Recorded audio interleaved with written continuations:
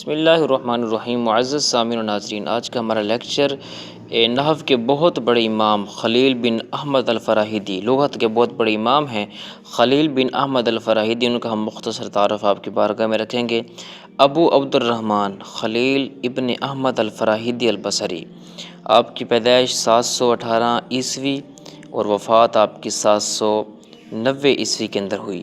علم عروض کے بانی اور ماہر لغت و موسیقی تھے۔ آپ عمان میں پیدا ہوئے اور اجمی النسل تھے۔ مشہور عربی مورخ جارج زیدان نے لکھا ہے کہ آپ ایرانی شہزادوں کی نسل سے تھے اور ان کے جد کو شہنشاہ ایران نے یمن بھیجا تھا۔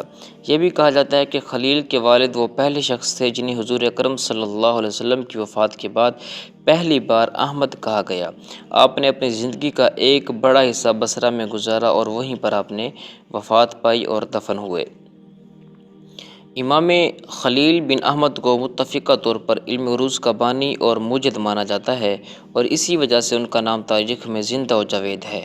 آپ کو علم و موسیقی سے بھی کامل واقفیت حاصل تھی اور سنسکرت زبان سے بھی واقف تھے، اور ان علوم سے فائدہ اٹھا کر آپ نے ایک نیا علم عروض وضع کیا جس میں کسی کلام یا شعر کے بارے میں یہ جانچا جاتا ہے کہ وہ وزن میں ہے یا نہیں ہے۔ علم عروض کی بنیاد رکھتے ہوئے آپ نے 5 دائرے اور 15 بحریں اختراع کی جو آج بھی عربی، فارسی اور اردو شاعری میں استعمال ہوتی ہیں۔